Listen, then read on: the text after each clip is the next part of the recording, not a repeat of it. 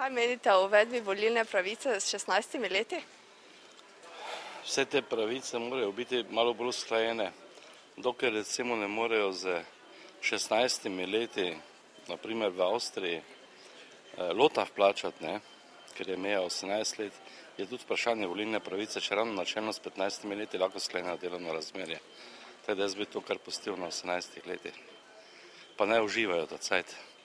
Ne da se neka kvazi odgovornost prelaga na njih, zato da zopet se potem dela v političnem sistemu na isti stari način.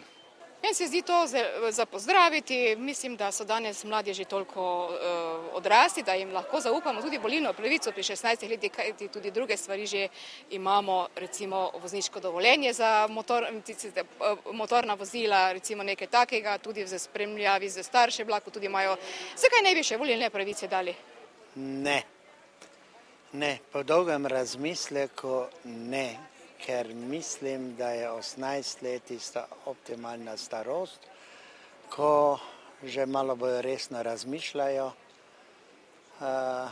in pa tudi verjetno malo več sledijo, kaj se dogaja okrog politike. En 16-letni dvomim, da kaj čita, kaj se dogaja okrog njega. Ja, to se mi zdi neprimerno, ker so to mladoletni otroci še ne znajo resno razmišljati.